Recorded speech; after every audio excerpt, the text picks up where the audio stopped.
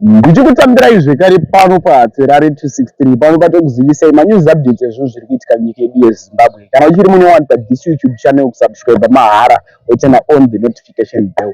Zviri sei? Ndofunga makazvitarisa muri yeZimbabwe. Ndine mukomana wandinaye, ndine mujaya wandinaye. Mujaya wandinaye achazviintroducer ega kwamuri tokumboomhorese muri yeZimbabwe.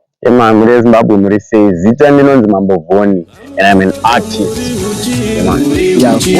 Tapira kupfura shuka muri shumba inoruma pamadzva vangwanana dzinorova mabara vasiyai vanongohukura imi mchitonga varume kanisano inotonga. Voni hatisina kudzokera kumashure kana kupedzerana nguva tinongoti gaga nyaya yedu. Voni ane song yaakarekodha iri kutenderera mastreets esocial media. Takazoona Kuleend achipikisana nemukomana iye anonzi Voni. Taona Kuleend achipikisana nemukomana anonzi Voni. Mastreets Voni vanhu vari kutomuudza kuti iwo zvawakaita zviya ndezvekushaya ende uchaguma kudya sadza manje. Voni zvakamira sei mastreets pauri kufamba? Alright, mastreets zvakangotangira pakuti inini ndakaimba song inonzi Nyika inovakwa nevene vayo. Iri kuwanika pachii? Iri kuwanika paYouTube. Ukangonyora kuti Nyika inovakwa nevene vayo music video. Chisi chakaimba video iro, chisi chine song iyo yakaimba. So Kuleend ari pakupokana nezvandakaimba kuti aiwa unogoimbira so ndo pane nyaya yake papa. Hanzi Nyika iri kuparara ndozvaari kutaura achiti. Alright. So iwe wakatarisa nyika yeZimbabwe. Takatarisa nyika yeZimbabwe. Uri kuti iri kuvakwa here, iri kuchinja here, ida kutonzi wopoint ubva kwauri? Yes, nyika iri kuvakwa. Nyika iri kuvakwa. Like mukatarisa ipapa ndi taibudisa Trabablas, tichibudisa different views. Ndopate nyika inoita sei inovakwa nevene vayo. So akuti zvoni Trabablas handi hakusi kuvakwa kwenyika. Ndikati kogotadza kuita kuvakwa kwenyika sei? Tikabva apa toenda apa, tikabva apa toenda apa, tikabva apa toenda apa. Alright. Iwe wakatarisa vaMunangagwa. Pane zvada kubvunza. Takaona song wantika. Unosapota chii panyaya dzemapati? I'm proud to be a ZANU-PF supporter. Ndakazonzwa uchiti hanzi vaMunangagwa vanobva kuna Mwari. Unokwanisa kusimbisa point yawakataura? Yes. Isimbisiti. Ndoisimbisa without fear or favor. VaMunangagwa vakabva kuna Mwari. Pakuti Mwari ndo vanoita sei? Ndo vanounza vatungamiriri. Mwari ndo anonzi vatungamiriri. In fact ukapinda muBhayibheri handi zvirimo. Romans 13 verse 1. All authorities are established by God. Ndozvainotaura. Kana uchida mavhesi akati wandei ndichati kuti vanhu munyazoita sei? Munyazonzwisisa. Yeah, so Munangagwa is from God. Muri yeZimbabwe painterview yandiri kuita iyi handisi kukwanisa kuita zviya zvinoita Kuleend zvekuti pakadai so wanyepa. Ndaita mutete ndogona kuzorara mukati. Ndofunga kuzvinzwisisa. Ndikuzvinzwisisa aiwa ndikuzvinzwisisa zvakanaka. It's okay. Tiri kuzoona vamwe vanhu Kuleend vari kutaura iwo kuti hanzi uchaguma kudya sadza manje. Uri kuti chii kwavari? Ndakuti Kuleend, so iwewo Mambo vari kuuya kwauri iwewo vachikuti hanzi uchaguma kudya sadza manje nekuda kwesong yawakarekodha. Hausi kutya here kuroherwa ZANU-PF iyi?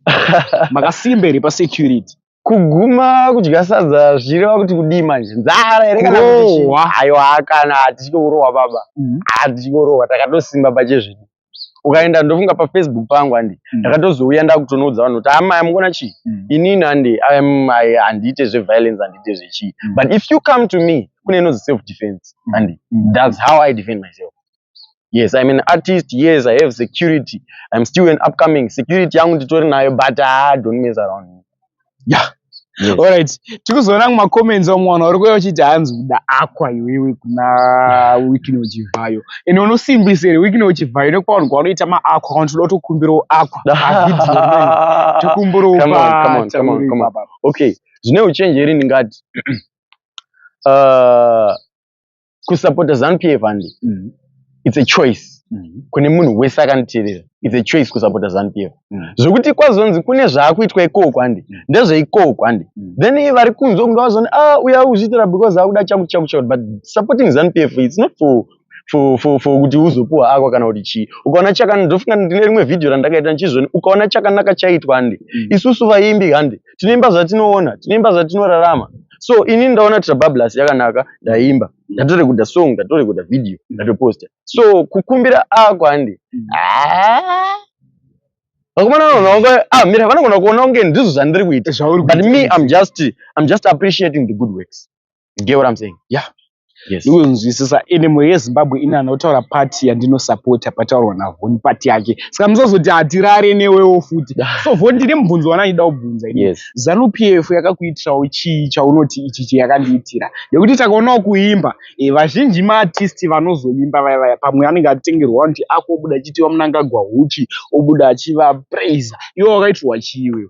Okay, right now inini handi. Inini ndinoenda kubasa. I am a full-time worker, a permanent worker in fact. Yeah, kwandoshana ndogona usazonyatso disclosure, but I go to work, I have a pay slip.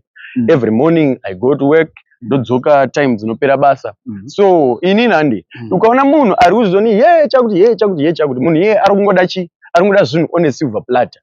Handi. Saka chinoitika ndechoti munhu ngaende kubasa, onoshanda handi, odzoka. Munhu wese ari kuenda kubasa handi, achitambira mari yake. Muri are right. Ona. But ukanzwa vanhu vari kuchema vaya havasi kuda kushanda, vanofunga kuti pane munhu achauya achinoka kana pagate pakuti gugu chauya nemari rarama upenyu hunonakidza. Andoona. Saka kana uchida kuti ugarike handi, munhu ngaashande. Saka apa zvekuzama uri kuti iwe hapana chawati wapiwa kana kunzi iwewo Vhoni omota iyo neZANU-PF ichibva kupati. Omota kuti uite sei? Kungopiwa mahara ungotishandisa. Sezvo uri supporter reZANU-PF.